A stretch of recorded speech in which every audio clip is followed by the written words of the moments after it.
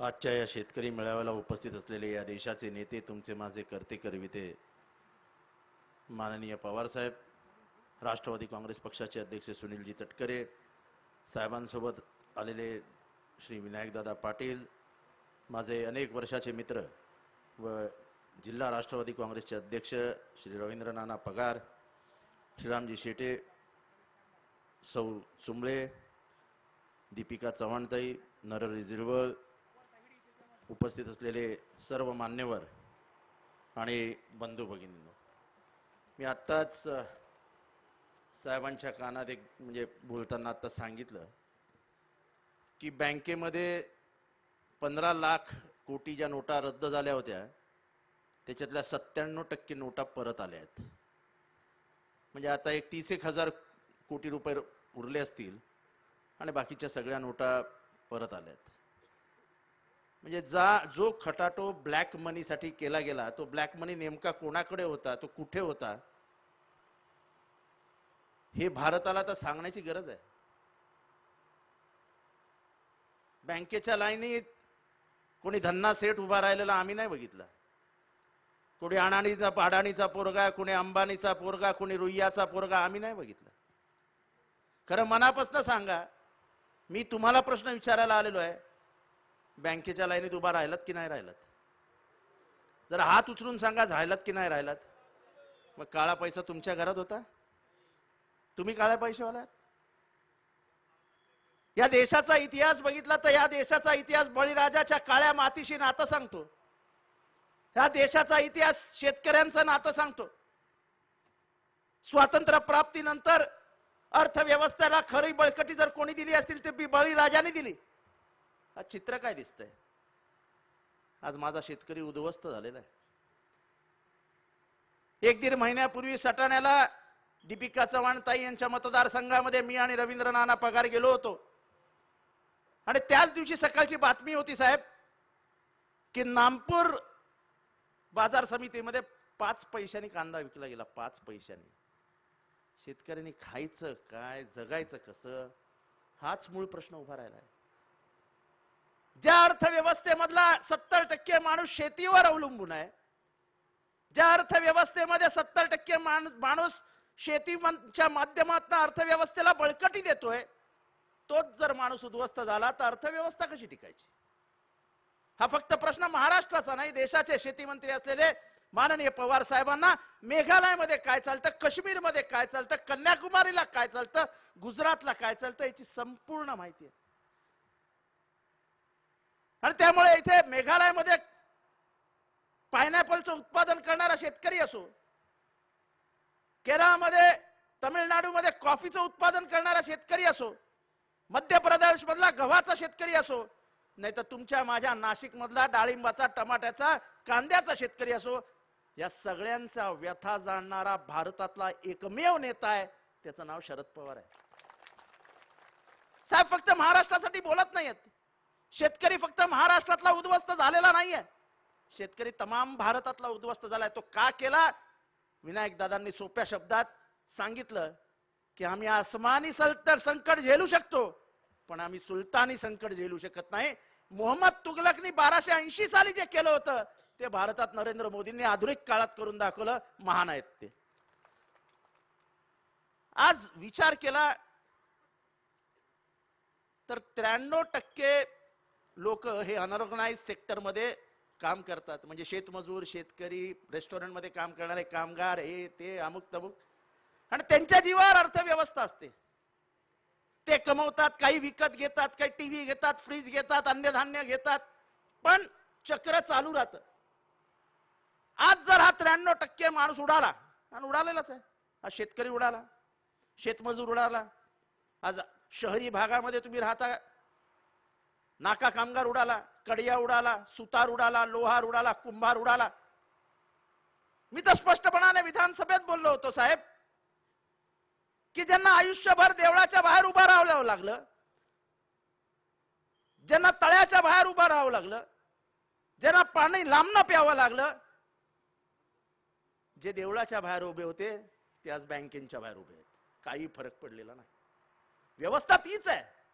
तुम्ही नोटाबंदीच्या माध्यमातल्या इथल्या गरीब माणसाची जे छळ केलेला आहे त्याची परतफेड गरीब माणूस केल्याशिवाय राहणार नाही, याबद्दल कोणीही शंका बाळगण्याचे कारण नाही.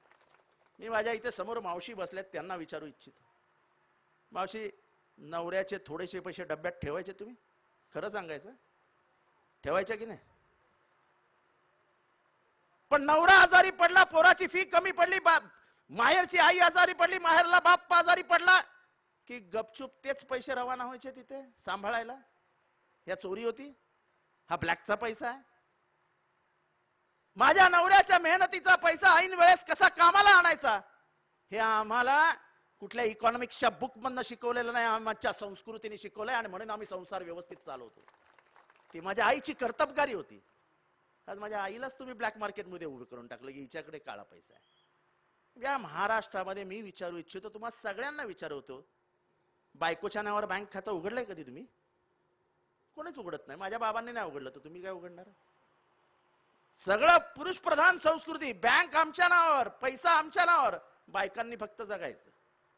पण आज या व्यवस्थेने डब्बा संस्कृतीमध्ये जगलेल्या या भारताला ब्लॅक मार्केटमध्ये उभं करून तुम्ही आमच्या आईला ब्लॅक मनीचा होल्डर समजून टाकलं.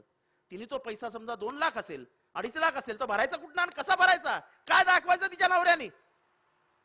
अर्थव्यवस्था आज खिळखिळी करून टाकली. वाईट वाटतं की ज्या देशाची ओळख हिमालयाच्या रांगा, सह्याद्रीच्या रांगा, आज देशभरात ओळख आहे बँकांच्या रांगा. तुम्ही ओळखच बदलून टाकली आमच्या महाराष्ट्राची, आमच्या देशाची.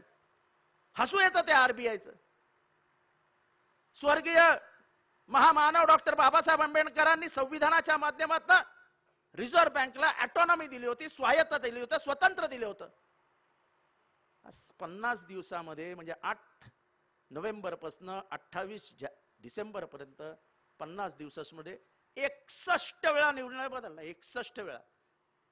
म्हणजे घर बांधायचं आणि नंतर मग इथे सिमेंट कमी पडलंय, तिथे ठिगळं लावा, तिथनं लिकेज होत आहे, असं कोणी घर बांधतं?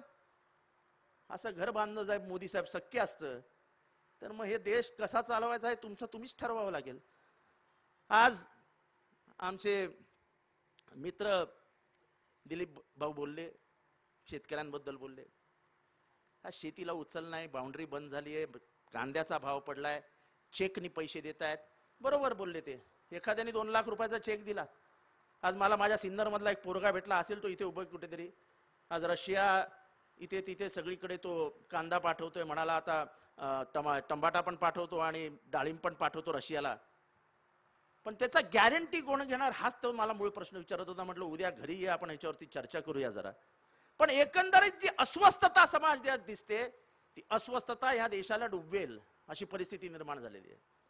एकदा का देशाची अर्थव्यवस्था जी पवार साहेबांच्या मागच्या 10 वर्षाच्या काळात शेतीचा हमी भाव असो, शेतकऱ्यांवरचं आलेलं संकट दूर करण्यासाठी असो, पण जो माणूस विमानातनं जाताना, हेलिकॉप्टर मधनं जाताना उस्मानाबाद मध्ये आलेल्या संकटासाठी हेलिकॉप्टर खाली उतरवतात, जाऊन शेतकऱ्यांशी बोलतात, दिल्लीला जाऊन परत मदत घेऊन येतात, असा माणूस महाराष्ट्राला परत मिळणं नाही. हा महाराष्ट्राला मिळालेला आशीर्वाद होता. पण राजकीय दृष्ट्या बोलायचं झालं तर आम्हीच त्याला ओळखला नाही. म्हणजे ज्याने घराघरात जाऊन प्रत्येक शेतकऱ्याच्या डोळ्यातल्या अश्रूतनं त्याच्या व्यथा जाणून ते दुःख माझं आहे हे दूर मी केलंच पाहिजे या भावनेतनं दिल्लीतलं लढाई लढली, त्या महाराष्ट्राने मात्र राजकीय दृष्ट्या त्यांना ओळखण्याची कुठेतरी कमतरता दाखवली असं मी स्पष्ट मनाने त्यांच्या समोरच बोलतोय. आणि म्हणून आज पैसे प्रिंटिंग होत नाहीयेत. तुम्हाला आश्चर्य वाटेल की पैसे छापण्यासाठी जो कागद पाहिजे होता तो 10 तारखेला बाहेर गावात येणार आहे. पैसे छापले जाणार नाहीत. तुम्हाला जर वेळी भोळी आशा असेल की तुम्ही देशभक्तीसाठी केलंय आणि आता सगळं व्यवस्थित होईल, तर तुम्हाला बाजारात विकलंय. त्या राम मंदिराच्या विटा त्या तुम्ही 1970 साली घेतल्या होत्यात ना 1 रुपयाला, त्याचा हिशोब अजून दिलेला नाही. देशभक्ती वगैरे झूट आहे. ती आमच्या मनात आहे, आम्हाला कोणी देशभक्ती शिकवण्याची गरज नाही.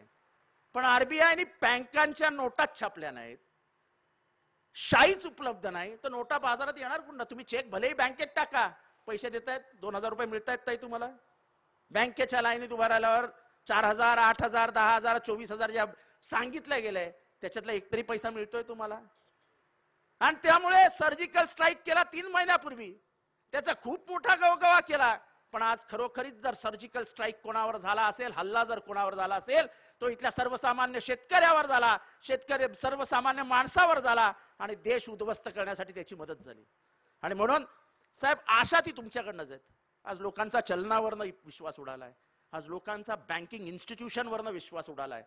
येणाऱ्या काळामध्ये अर्थशास्त्रज्ञ असं सांगतायत की लोक पैसा घराच्या बाहेर काढणारच नाहीत. उद्या काय होईल, मोदी साहेब उद्या काय करतील, ही भीती लोकांच्या इतक्या मनात बसली आहे की आलेल्या 1000 रुपयांपैकी 200 रुपये खर्च करा, पण 800 रुपये घरात दाबून ठेवा, ते चलनात आणूच नका, ही लोकांची मानसिकता आहे. जर चलनात पैसा आला नाही तर परिस्थिती अजूनही बिघडत जाईल. लोक हॉटेलमध्ये जाणार नाहीत, लोक पान खाणार नाहीत, लोक पाणी पिणार नाहीत, लोक बिस्लरी घेणार नाहीत. कारण का सकाळपासून सुरू झालेला आमच्या अर्थव्यवस्थेतलं गणित हे संध्याकाळी कॅशमध्येच संपतं. मग आमचा सकाळचा भाजीवाला असो, सकाळचा पेपरवाला असो, सकाळचा हारवाला असो, आमचे सगळे व्यवहार भारतामध्ये फक्त कॅशमध्ये चालू होते. आज किती जण निफाडमध्ये इथे आलेल्यांपैकी प्लास्टिक कार्ड म्हणजे डेबिट कार्ड आणि क्रेडिट कार्ड वापरतात, ह्यांची संख्या विचारली तर ह्याच्यातले 15 जणही हात वरती करू शकणार नाहीत. आम्हाला माहितीच नाही डेबिट कार्ड काय असतं आणि प्लास्टिक कार्ड काय असतं. पण आम्ही चोर नव्हतो. आमच्या शेतातनं, आमच्या मेहनतीतनं आम्ही कमवलेला पैसा आम्ही बँकेत टाकत होतो. तो आमचा मेहनतीचा पैसा होता, तो आमच्या चोरीचा पैसा नव्हता. पण तुम्ही भारतातल्या तमाम गोरगरिबांना चोर ठरवून बँकेच्या लाईनीत उभीत केलं.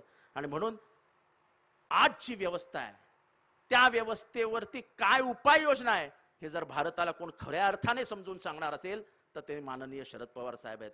मग ते तुमचा कांदा उत्पादक असो, तो तुमचा टमाटा उत्पादक असो, तो तुमचा डाळिंबाचा उत्पादक असो, येणाऱ्या द्राक्षाचा उत्पादक असो, पण ही अर्थव्यवस्था सावरायची असेल तर काय पावलं टाकावी लागतील. सहकारी बँका बंद करून जे सुलतानी संकट तुम्ही आमच्या माथ्यावर टाकलं त्याच्यातनं काय मार्ग काढायचे. तुम्ही आमच्या घराचे दरवाजे बंद करून टाकलेत. आज पोरांच्या फी भरायला पैसे नाहीत, आज ट्युशनची फी भरायला पैसे नाहीत, ऐन वेळी औषध घ्यावं लागलं, डॉक्टरकडे जावं लागलं, त्याचे पैसे नाहीत. कोणी अश्रू ढाळून दुःख व्यक्त करत नाहीत, पण मनातनं शाप नक्की देत आहेत. जाता जाता फक्त एवढंच सांगतो की या देशाचा इतिहास आहे. लोक बोलत नाही आहेत, प्रचंड दहशतीचं वातावरण आहे, मीडियावरती प्रचंड कंट्रोल आहे. विनायक दादा मी वाईट बोलत नाही, राजाराम गव्हाणेजी मी काही वाईट बोलत नाही, पण ह्या देशाच्या इतिहासामध्ये ज्यांना ज्यांना जे आमचे पांढरे केस झालेले काका मामा बसलेले तिथे त्यांना 75 साल आठवत असेल. 75 साली इमर्जन्सी डिक्लेअर झाली, इंदिरा गांधींच्या नावाने इंदिरा इज इंडिया नावासारखं बोललं गेलं. लोक शांत होते, ऐकत होते, सभेला लाखांनी जात होते. पण जेव्हा निकाल झाला, प्रियदर्शनी जवाहरलाल नेहरूंची मुलगी, मोतीलाल नेहरूंची नात, जिच्या वडिलांनी या देशासाठी 10 वर्ष तुरुंगात काढली, त्याचाही पराभव करण्याची ताकद या भारतातल्या नागरिकांमध्ये आहे. त्यांना कधीही गृहीत धरू नका एवढाच इशारा देतो. आणि साहेबांना फक्त तुमच्या व्यथा मनात आहेत की नाही, तुम्हाला वाईट वाटलंय की नाही, तुमच्या घरात दरात दुःख आहे की नाही, मी एवढाच आवाहन करतो की ज्यांना ज्यांना वाईट वाटतंय, ज्यांना ज्यांच्या मनात दुःख आहे, डिमॉनिटायझेशन मुळे आम्ही शेतकरी उद्ध्वस्त झालोय, या देशाची अर्थव्यवस्था खिळखिळी झाली असेल असं मनापासून वाटत असेल तर समोरच्यांनी प्रत्येकाने आपला हात वरती